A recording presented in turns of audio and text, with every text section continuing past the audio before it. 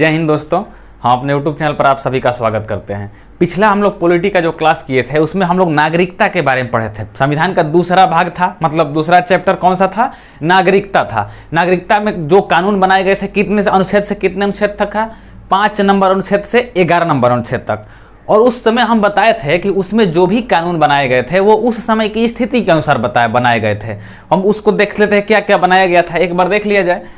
5 number अनुच्छेद कहा था कि हम लोग की आज़ादी से पहले जिसका जन्म भारत में हुआ है वो भारत का नागरिक समझा जाएगा, या 5 वर्ष पहले से कोई विदेशी भी रह रहा है तो उसको समझा जाएगा भारत का नागरिक। 5 नंबर में ये कहा था। 6 नंबर में कहा था कि जो लोग पाकिस्तान से आए हैं बंटवारे के बाद, जो लोग पाकिस्तान से भारत में आए हैं उनको भारत की नागरिकता दे दी जाएगी। और 7 नंबर में कहा गया था कि जो लोग पाकिस्तान गए हैं बंटवारे के बाद, भारत से वो पाकिस्तान चले गए, अब फिर उनको पाकिस्तान अच्छा नहीं लगा तो फिर वो लौट के भारत में आ गए तो उनको भी नागरिकता दे दी जाएगी, वो 7 नंबर कहा था। 8 नंबर में कहा गया था कि जो भी लोग विदेश में रह रहे थे उस समय, उन अगर वो भारत की नागरिकता लेना चाहते हैं तो उनको भी दे दिया जाएगा, अगर उनके माता पिता 1935 वाले संविधान में यहाँ पर रजिस्टर होंगे तो, मतलब विदेशी लोगों को भी नागरिकता दी जाएगी जो भारतीय विदेशी में रह रहे हैं। 9 नंबर में कहा था कि 9 नंबर अनुच्छेद ये कहा था कि अगर आप भारत छोड़कर गए विदेश में रहने के लिए, अगर विदेश की नागरिकता आप ग्रहण कर लिए तो यहाँ वाला आपका खत्म हो जाएगा, यही कहा था 9 में। 10 में कहा गया था कि आपका नागरिकता बना रहेगा, आपका नागरिकता कोई नहीं छीन सकता है जब तक आप देश विरोधी कार्य नहीं कीजिएगा। और 11 नंबर अनुच्छेद उसी में कहा था कि अभी जो भी हम लोग संविधान में नागरिकता के लिए कानून बनाए हैं वो उस समय की स्थिति के अनुसार बनाया है, भारत पाकिस्तान की स्थिति के अनुसार, विदेश में चाहे उस समय आज़ादी के समय, वो यही सब न बनाया गया था। जो उस समय का स्थिति था उसके अनुसार उस समय नागरिकता का कानून बना दिया गया था। उसी के लिए कहा ना 11 नंबर अनुच्छेद में उन लोग कि अभी के लिए तो हम लोग बना दिए हैं, अभी की स्थिति को देखकर आने वाले समय में नागरिकता में अभी संशोधन की जरूरत है। आप लोग उसके अनुसार, उस समय के अनुसार आप लोग इसमें संशोधन कीजिएगा और एक अच्छा कानून बनाइएगा जिससे नागरिकता भारत में आसानी से मिल सके। उसके लिए उन लोग 11 में कहें, और पावर किसको दे दिए? संसद को दे दिए। और संसद में किसको? होम मिनिस्ट्री को दे दिया गया पावर कि आप संविधान बनाइएगा, एक कानून बनाइएगा, नागरिकता में संशोधन कीजिएगा। तो उसी के लिए ये बाद में जब हम लोग आज़ाद हो गए, संविधान लागू हो गया, उसके बाद जब चुनाव हो गया, नेहरू की सरकार बन गई, उसके बाद 1955 ईस्वी में पहली बार संविधान में संशोधन, मतलब 1955 ईस्वी में नागरिकता के लिए सबसे पहली बार संशोधन किया गया। ये मत समझिएगा कि ये पहला संशोधन नहीं था, नागरिकता के लिए पहला संशोधन किया गया था 1955 ईस्वी में। इसको कहा जाता है नागरिकता अधिनियम 1955। इसमें कानून बनाए गए किस तरीके से आप भारत की नागरिकता ले सकते हैं, तो उसको हम लोग देख लेते हैं। इसमें 5 तरीका बताया गया आपको। कितना तरीका? 5 तरीका। आप 5 तरीके से भारत की नागरिकता को ले सकते हैं। उन 5 तरीकों को हम लोग अब इसमें देखेंगे, आप इसको ध्यान से समझिएगा। यहीं से क्वेश्चन आता है। हाई जो पुराना अनुच्छेद लिखा है ना, ये अनुच्छेद से क्वेश्चन उतना नहीं पूछेगा, क्योंकि ये सब जो भी संविधान बना था, जो कानून बना था, वो उस समय के लिए था। अब के लिए क्या जरूरी है वो ये 5 पर निर्भर करता है। तो सबसे पहले हम लोग पहला नंबर देखते हैं। पहला नंबर में कहा गया कि जन्म के आधार पर आपको भारत की नागरिकता दे दी जाएगी। अगर आपका जन्म भारत में हुआ है ना तो आपको भारत की नागरिकता दे दी जाएगी। यही कानून बना दिया गया कि कोई भी है, अगर आपको भारत में जन्म हुआ है तो आपको भारत की नागरिकता मिल जाएगी। हम लोग के दादा दादा को भी, दादा दादी अगर उन लोग की उस समय मिली थी नागरिकता 1955 में, क्यों मिली थी? क्योंकि भारत में जन्म लिए थे। माता पिता भी किसी किसी को उस समय जन्म ले लिए होंगे तो उनको भी मिल गया कि भारत में जन्म लिए। हम लोग को भी इस आधार पर मिल जाएगा कि हम लोग भारत में जन्म लिए हैं। लेकिन इसमें हो गया गड़बड़। आप भी सोचिएगा, जब हम बताएंगे तो आपको ध्यान में आएगा। इसमें कहा कि अगर आप भारत में जन्म ले लिए ना तो आपको भारत की नागरिकता मिल जाएगी। तो इससे सोचिए कि मान लीजिए कोई विदेशी व्यक्ति है, कोई विदेशी महिला है, आई है घूमने भारत, और भारत घूमने आई है, वहाँ से वो डिलीवरी होके आई है, यहाँ पर घूम रही थी, तब तक उसका बच्चा पैदा हो गया, यहाँ पर डिलीवरी हो गया उसके बच्चे का, तो क्या वो बच्चवा को भारत की नागरिकता दे देंगे? तो हम लोग का ये कानून जब बना था 1955 में तो वही कहा गया था कि आपका अगर जन्म भारत में हो गया ना तो आपको नागरिकता दे दी जाएगी। तब अगर वो बचवा लड़ जाएगा कि हमारा जन्म भारत में हुआ था, हमको नागरिकता दीजिए, तो देना पड़ेगा कि नहीं देना पड़ेगा? देना पड़ेगा। जब इन लोग इसका ध्यान कब आया? इस बात का ध्यान आया उन लोग को 1986 ईस्वी में। 55 में कानून बना था, 30 वर्ष बाद 1986 ईस्वी में इन लोग को ध्यान में आया कि अरे बाप रे, ये तो बहुत बड़का गड़बड़ हो गया है, इस तरह आतंकवादी का संख्या बढ़ जाएगा, पाकिस्तान वाला उधर से लोड करके अपनी पत्नी को घूमने के लिए भेज देगा और यहाँ पर उसकी पत्नी का लड़का हो जाएगा, और लड़का हो जाएगा तो उस लड़का का नागरिकता मिल जाएगा भारत का, और वो बना देगा उसको आतंकवादी, इस तरह गड़बड़ हो जाएगा। इसलिए इस पर संशोधन किया गया और 1986 ईस्वी में कहा गया कि नहीं, जन्म के आधार पर बस नहीं मिलेगा, इसमें कहा गया कि आपका माता या पिता कोई भी भारत का नागरिक होना चाहिए। 1986 ईस्वी में संशोधन किया गया इस कानून में कि खासा जन्म से नहीं होगा, आप भारत में जन्म लिए हैं तब मिलेगा। और एक चीज और आपको दिखाना पड़ेगा कि आपके माता या पिता दोनों के दोनों भारत, कोई आपके माता या पिता दोनों में से कोई भी एक अगर भारत का है, भारत का नागरिक है, तो आपको भारत की नागरिकता दे दी जाएगी। ये एक ठीक प्रकार से काम हो गया। उसके बाद तब भी एक गड़बड़ था, 1986 में ये संशोधन हो गया कि माता पिता कोई भी भारत का रहना चाहिए। इतना साल बाद इन लोगों का ध्यान में आया था कि गड़बड़ हुआ है। तब भी एक चीज और गड़बड़ रह गया कि मान लीजिए माता पिता कोई एक ही भारत का कह रहा है, यहाँ भारत पाकिस्तान का ये बॉर्डर है, चाहे कोई भी देश है, हम लोग का भारत देश है, अगर कोई विदेशी आदमी आया यहाँ पर घूमने के बहाने आया है, अब बहला फुसला लिया यहाँ के कोई लड़की को और यहाँ पर उस शादी किया और उसका बच्चा पैदा हो गया और फिर वो चला गया बाहर, तो वो तो घूमने के लिए आया था, लेकिन वो बहला फुसला के किसी लड़की से यहाँ पर शादी करके और यहाँ बच्चा पैदा हो गया, तो वो बचवा को भी भारत की नागरिकता देना पड़ेगा कि नहीं देना पड़ेगा? काहे कि उसकी माता जो हैं वो तो यहाँ की हैं, इंडिया की। इसमें कहा गया है कि माता या पिता कोई को भी इंडिया का होना चाहिए। तो इस तरह से गड़बड़ होने लगा। तब कहा गया ना 2003 ईस्वी में फिर एक बार संशोधन हुआ और कहा गया कि माता पिता कोई एक तो भारत का होना चाहिए, लेकिन दोनों के पास वैलिड सर्टिफिकेट होने चाहिए, वैलिड सर्टिफिकेट होने चाहिए। ई ना कि आप आए हैं घूमने के लिए, आए हैं पढ़ने के लिए और यहाँ बच्चा पैदा करने लगे तो आपका बच्चा को यहाँ की नागरिकता नहीं दी जाएगी। इस आपको वैलिड सर्टिफिकेट दिखाना पड़ेगा कि आप यहाँ की लड़की से शादी किए हैं, कोर्ट में उसका प्रूफ है, तब बच्चा पैदा हुआ है, तब उसके माता के आधार पर यहाँ पर जन्म के आधार पर उसको नागरिकता दे दी जाएगी। तो पहला नंबर आप समझ गए, कहा गया था कि जन्म के आधार पर आपको नागरिकता मिलेगी, तो कोई भी फायदा उठा लेता, भारत में जन्म वहाँ से बाहर से आता लोड होके यहाँ पर डिलीवरी हो जाता, तो जन्म आपको नागरिकता देना पड़ता। इसमें संशोधन किया गया 1986 ईस्वी में कि माता और पिता कोई भी एगो जरूर भारत का रहना चाहिए।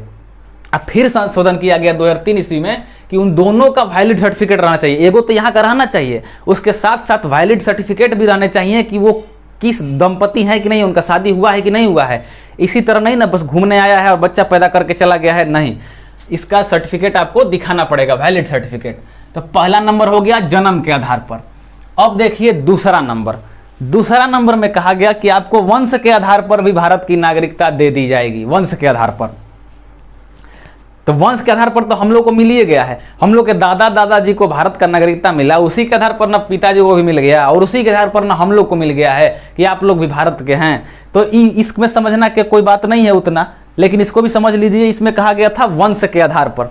लेकिन एगो चीज इसमें कहा गया था गड़बड़, उस समय कहा गया था ना कि केवल पिता के वंश को देखा जाएगा, पिता के वंश को, यही बात गड़बड़ कहा गया था इसमें। अगर मान लीजिए कोई भी लड़का है, कहीं पर उसका जन्म हो गया है, विदेश में बाहर हो गया है, चाहे यहाँ पर अगर हो गया तब तो इस आधार पर वो ले लेगा। लेकिन मान लीजिए कोई लड़का है, उसका बाहर में जन्म हो गया है और अगर उसके माता इंडिया की हैं तो उसके आधार पर, वंश के आधार पर नहीं मिलेगा उसका। अगर उसके पिता इंडिया की हैं तब वंश के आधार पर उसको मिल जाएगा, काहे कि उसका बाप इंडिया का था। यही इसमें था दिक्कत। तो अभी देखिए हम लोग का एक जीता जागता उदाहरण है, ये सानिया मिर्जा हैं।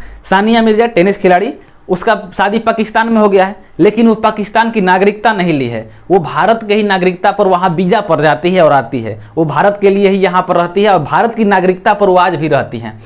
तो उनका जो लड़का है वो लड़का जो है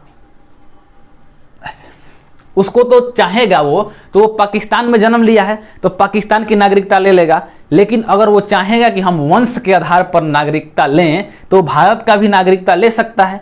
लेकिन ये 2 नंबर कहता है कि ना, पिता के आधार पर मिलेगा, माता के आधार पर नहीं मिलेगा। तो उस समय जो कानून बना था, उस समय सानिया मिर्जा का लड़का भारत की नागरिकता नहीं ले पाता। लेकिन महिला सब इसमें अपना आंदोलन करने लगी कि हम लोग का कोई वैल्यू नहीं है, हम लोग क्या बाहर में जाके शादी नहीं कर सकते हैं, केवल पुरुष ही जाके बाहर में शादी करेगा और वहां बच्चा पैदा होगा तो उसको भारत की नागरिकता दी जाएगी। हम लोग बाहर में गए और शादी हो गया, बच्चा हुआ तो हमारे बच्चे को नहीं मिलेगा। तब इसका विवाद हो गया। तब जा करके 1992 ईस्वी में, कब, 1992 ईस्वी में संशोधन किया गया और कहा गया कि माता पिता दोनों के आधार पर आपको वंश का निर्णय किया जाएगा। अगर आपके माता भी भारत की हैं तो आपको नागरिकता दे दी जाएगी, अगर आपके पिता भी भारत के हैं तब भी नागरिकता दे दी जाएगी। अगर लड़की भी कोई है, जा रही है विदेश में और वहां पर शादी कर ले रही है, वहां पर उसका बच्चा हो रहा है, तो वो बच्चा का जब 18 वर्ष का हो जाएगा तो उसको जब नागरिकता देना होगा तो उसको अब उससे पूछा जाएगा कि आप भारत के नागरिकता अपने माता के आधार पर लेना चाहते हैं तो ले लेगा, अगर पिता के आधार पर ले लेगा तो वहां का ले लेगा, जन्म के आधार पर लेगा तो वहां का ले लेगा। तो इस प्रकार से अब अगर सानिया मिर्जा का जो लड़का है अगर वो चाहेगा ना तो भारत का भी नागरिकता ले लेगा। अगर कहेगा कि हमारा माता जो हैं वो भारत की हैं, कहे कि आज तक भारत की अपनी नागरिकता खत्म नहीं की है सानिया मिर्जा, अगर वो पाकिस्तान की सानिया मिर्जा नागरिकता ले लेंगी तो उनको यहाँ की नागरिकता खत्म कर दी जाएगी। तो 2 नंबर देख लिए वंश के आधार पर। इसमें संशोधन कब किया गया? 1992 ईस्वी में संशोधन कर दिया गया और कहा गया कि माता पिता दोनों के आधार पर आपको, कोई भी एक अगर भारतीय है तो वंश के आधार पर उसको नागरिकता दे दी जाएगी। अब इसके बाद 3 नंबर देखिए। 3 नंबर में कहा गया है पंजीकरण के आधार पर, बाई रजिस्ट्रेशन। बाई रजिस्ट्रेशन कहा गया है पंजीकरण के आधार पर। तो पंजीकरण का आधार क्या है? इसमें कहा गया, जैसे देखिए कोई भी, मान लीजिए यहाँ पर कोई लड़की है, कोई बाहर से आदमी आया है पढ़ने के लिए या घूमने के लिए, चाहे यहाँ नौकरी कर रहा है इंडिया में, यहाँ की लड़की से वो शादी कर लिया और यहाँ पर रहने लगा, वो यहाँ पर नौकरी कर रहा है, यहाँ पर रह रहा है और यहाँ की लड़की से शादी कर लिया है, तो वो अगर चाहेगा तो भारत की नागरिकता ले पाएगा कि नहीं ले पाएगा? तो आप ले सकते हैं भारत की नागरिकता, चाहे लड़की हो चाहे लड़का हो। मान लीजिए कोई लड़की भी बाहर से आई है, यहाँ विदेश से आई है यहाँ पर काम करने के लिए, और चाहे नौकरी कर रही है चाहे पढ़ रही है, उसको यहाँ पर किसी लड़के से प्यार हो गया और शादी हो गया तो वो भी चाहेगी तो भारत की नागरिकता ले लेगी। इस सब का बात उसमें नहीं किया गया था जो मूल संविधान बना था। तो आप चाहिएगा तो भारत का नागरिकता आपको मिल जाएगा, लेकिन उसके लिए क्या होगा कि आपका विवाह दिखाना पड़ेगा कि हम शादी किए हैं। विवाह के आधार पर आप यहाँ पर विवाह दिखाइए कि हम शादी किए हैं, अच्छी तरह से आपका वैलिड सर्टिफिकेट होना चाहिए और आपको कम से कम 7 साल इंडिया में रहना पड़ेगा, तब आप ये रजिस्ट्रेशन फॉर्म भर पाइएगा। जैसे समझिए कोई लड़का है, आया है यहाँ नौकरी करने के लिए बाहर से, यहाँ भारत में उसको कोई लड़की पसंद आ गई, उससे शादी हो गया उसका, तब वो सोचा ना कि हम भारत का नागरिकता ले लेते हैं, हम अब अपने देश में नहीं जाएंगे। तो वो क्या करेगा, सबसे पहले उसको 7 साल यहाँ पर रहना पड़ेगा और 7 साल जब रह लेगा तब वो फॉर्म अप्लाई करेगा और फॉर्म अप्लाई करेगा कि भारत सरकार से अपना आग्रह करेगा कि हम यहाँ 7 साल रह गए हैं, हमको भारत की नागरिकता दे दीजिए। तो भारत सरकार अब उसको देखेगी, 7 साल का उसका रिकॉर्ड देखेगी कि सही आदमी है कि नहीं है, उसके बाद उसको नागरिकता दे दी जाएगी। तो ये अब 7 साल हो गया, पहले ही कितना साल था, 5 साल था, उससे भी पहले ही लगभग 6 महीना था। अगर आप 6 मंथ रह रहे हैं इंडिया में ना तो आपको नागरिकता मिल जाएगी, लेकिन देखा गया कि 6 महीना में किसी का दिमाग का पता नहीं चल पाता है। 6 महीना तो आदमी एक्टिंग करके रह जाएगा। फिर इसको 5 साल किया गया और 5 साल के बाद अब इसको 7 साल कर दिया गया है, आपको यहाँ 7 साल रहना पड़ेगा, तब आपको रजिस्ट्रेशन के द्वारा आपको नागरिकता दे दी जाएगी। तो ये तो हो गया शादी किए तब। अगर मान लीजिए शादी नहीं करेंगे इंडिया में आके, अगर आपको इंडिया का लेना है नागरिकता तो आपको नागरिकता नहीं मिलेगा, उसके लिए भी कानून बनाया गया है, वो है 4 नंबर में। 4 नंबर में कहा गया है देशीकरण के आधार पर। देशीकरण के आधार पर इसमें कहा गया है कि आपको भारत की नागरिकता दे दी जाएगी। जरूरी नहीं है कि आप शादी कीजिए और 7 साल रहिए तभी आपको मिलेगा। आप यहाँ आए हैं, आप घूमने के लिए आए हैं, आपको इंडिया के रहन सहन पसंद आ गया, कहें कि इंडिया ऐसा देश है ना कि किसी को भी अच्छा लग जाएगा, यहाँ का मानसून भी अच्छा लगता है, यहाँ का हर चीज़ अच्छा लगता है, यहाँ के आइएगा तो इस परिवेश में आदमी ढल जाता है, आपको यहाँ भारत अच्छा लगने लगेगा उसको। भारत, इसमें इतने सारे लोग हैं, इतने जाति के, इतने धर्म के, सब चीज़ की इतना विवादता है, इतना विविधता है, लेकिन तब भी यहाँ सब लोग मिलजुल के एक नागरिकता से रहते हैं। कुछ लोग हैं राजनीतिक मैटर हो जाता है, वो तो राजनीति के लिए, अपना कुर्सी के लिए वो सब अपने में हिंदू मुस्लिम ये सब करता रहता है, लेकिन मेन फील्ड में अगर देखेंगे तो सब लोग साथ ही रहते हैं लोग। तो अगर देशीकरण के आधार पर आपको लेना है ना भारत की नागरिकता, तो आपसे कहा गया है कि आप बस यहाँ आइएगा घूमने के लिए, अच्छा लग जाएगा, तो ना, आपको यहाँ पर दिखाना पड़ेगा कि हम भारत में रहना चाहते हैं। कैसे पता चलेगा? आपको यहाँ कला में कोई रुचि हो या संगीत में रुचि हो, कला संगीत तो एक ही चीज हो गया, या आपको भारत की जो भाषा है 22 गो, उन 22 भाषाओं में कोई एक भाषा का ज्ञान हो, या आप विज्ञान में कोई सहयोग कर रहे हो भारत के लिए। अगर मान लीजिए वैज्ञानिक हैं, आप यहाँ पर विज्ञान में सहयोग कर रहे हैं, आके इंडिया के लिए आप कर रहे हैं, चाहे डॉक्टर हैं आप, कोई इंडिया में कोई रिसर्च कर रहे हैं, आपको देश हमारा अच्छा लग गया, आपको भारत की नागरिकता लेनी है, तो आप ले सकते हैं। कोई कला है, कोई एक्टर है, चाहे कोई गायक है, चाहे कोई कवि है, अगर भारत में आकर रहना चाहता है, चाहे कोई भाषा का उसको ज्ञान है, वो आके भारत में रहना चाहता है, तो आप रह सकते हैं। आपको 10 साल पहले भारत में रहना पड़ेगा। कितना साल? 10 साल पहले भारत में रहना पड़ेगा। मान लीजिए कोई वैज्ञानिक है मान लीजिए कोई कनाडा से आया वैज्ञानिक, और यहाँ पर वैज्ञानिक कोई रिसर्च कर रहा है इंडिया में, अगर उसको इंडिया अच्छा लग गया तो वो दिखाएगा कि हमारा रुचि किस में है, विज्ञान में है, हम भारत के लिए वैज्ञानिक हैं, हमको 10 साल हम यहाँ पर रह लिए हैं, तब वो फॉर्म भरेगा और वो भारत का नागरिक बन जाएगा। उसको क्या कहेंगे हम लोग? देशीकरण। 10 साल में आराम से पता चल जाएगा उसका बायोडाटा कि वास्तव में भारत से प्रेम करता है कि नहीं करता है, कहीं ये आतंकवादी तो नहीं है, इसीलिए क्यों इसको 10 साल रखा गया है।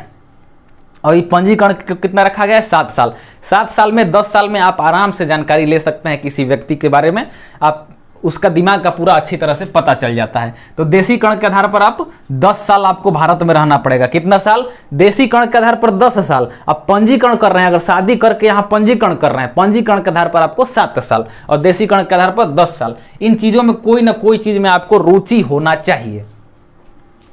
तो ये तो हो गया 4 नंबर। और 5 नंबर में एक कहा गया कि अर्जित भूमि के आधार पर। तो इसको तो आराम से आप समझ जाते हैं। मान लीजिए इंडिया गया और पाकिस्तान पर कब्जा कर लिया, पाकिस्तान पर कब्जा कर लिया युद्ध करके, तो क्या पाकिस्तान वाले नागरिक को छोड़ देंगे कि जाओ भागो तुम लोग, अब अरब सागर में कूद जाओ सब लोग, हम तुमको नागरिकता नहीं देंगे? ऐसा नहीं ना करेंगे। अगर आप पाकिस्तान को जीत लिए, उसकी धरती को जीत लिए, तो आपको अर्जित भूमि के आधार पर वहाँ के लोगों को भारत की नागरिकता देनी पड़ेगी।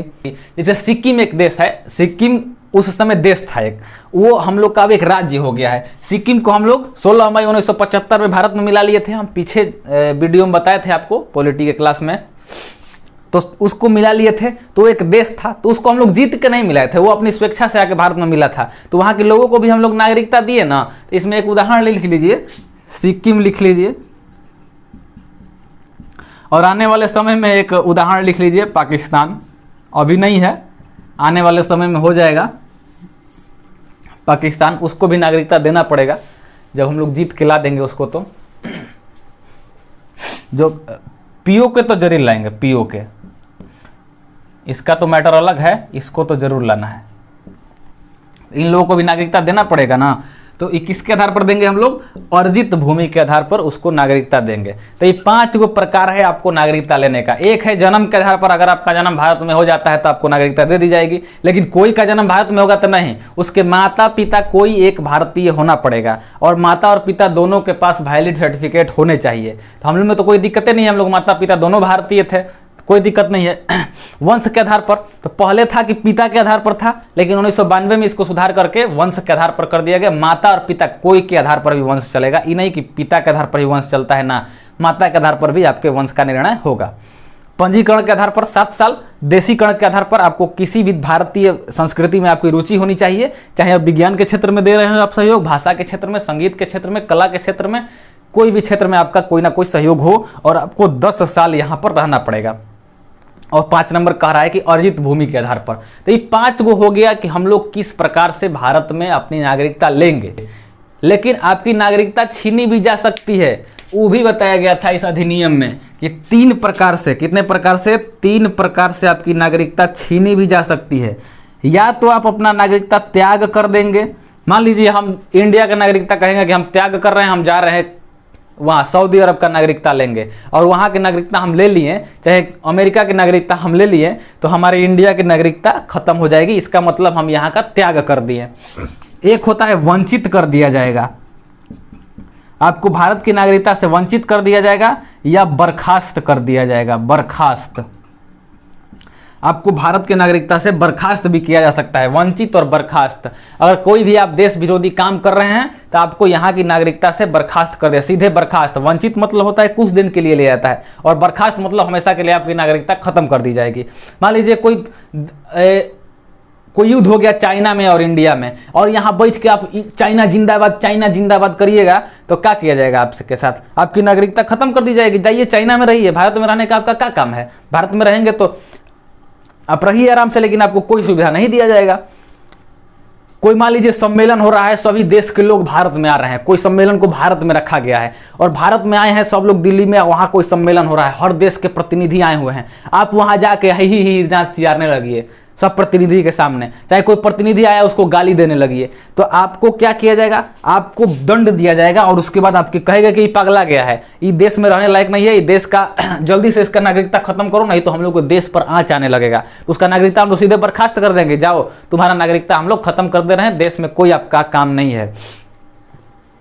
हाँ, लेकिन एक बात और है, हम पिछले वीडियो में बताए थे कि अगर आपकी नागरिकता छीन ली जाती है आपसे, तो ये मत समझिएगा कि आपको उठा करके कहीं फेंक दिया जाएगा दूसरा देश में। ना, दूसरा देश नहीं रखेगा तो समुद्र में नहीं फेंक दिया जाएगा आपको, आप यहीं पर रहिएगा। आपसे हर एक सुविधाएं छीन ली जाएंगी, आपका आधार कार्ड, वोटर आईडी कार्ड, सब चीज़ छीन लिया जाएगा। उसके बिना ना आप खाता खोल सकते हैं, उसके बिना ना आप कोई नौकरी कर सकते हैं, उसके बिना ना आप कोर्ट में कोई चीज़ लड़ सकते हैं, नहीं आप कोई बड़े पद पर अधिकारी बन सकते हैं, नहीं आप चुनाव लड़ सकते हैं, नहीं आप वोट डाल सकते हैं, कुछ नहीं करिएगा। आपको कहीं कोई वैल्यू, कहीं कंपनी में भी अगर आप काम करने जाते हैं ना, तो आपसे आपका आधार कार्ड मांगा जाता है, वो रहबे नहीं करेगा आपके पास, आपकी नागरिकता खत्म कर दी जाई रहेगी, तो आपको वहां पर भी नौकरी नहीं मिलेगा। आप भिखमंगा का जीवन व्यतीत कर सकते हैं, उसमें आधार कार्ड का कोई मांग नहीं रहता है। आप जाइए, भीख मांगिए, पैसा मिलेगा, आप उससे खरीद के खाइए, बस इतना ही कर सकते हैं आप।